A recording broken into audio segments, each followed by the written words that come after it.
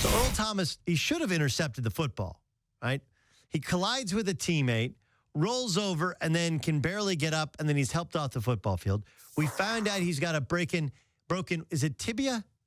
He's a broken tibia, which I believe, is that the weight-bearing or non-weight-bearing bone in your leg?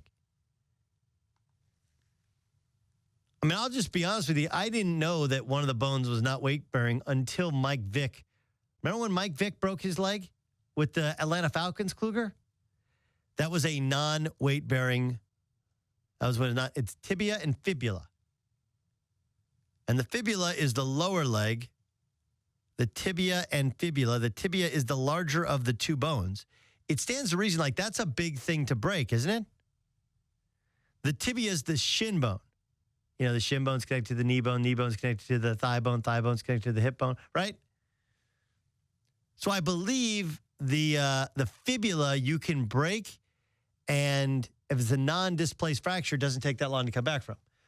It's 10-0 Seattle.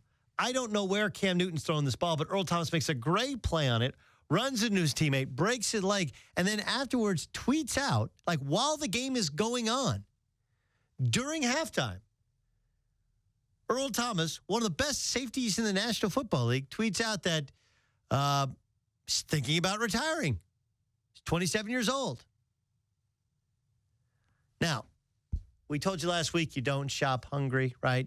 You shouldn't tweet while in pain but this is part of the great thing of Twitter is it gives us that inner monologue. Sometimes people just want to tell you what they're thinking. We just don't keep it to ourselves. We just don't.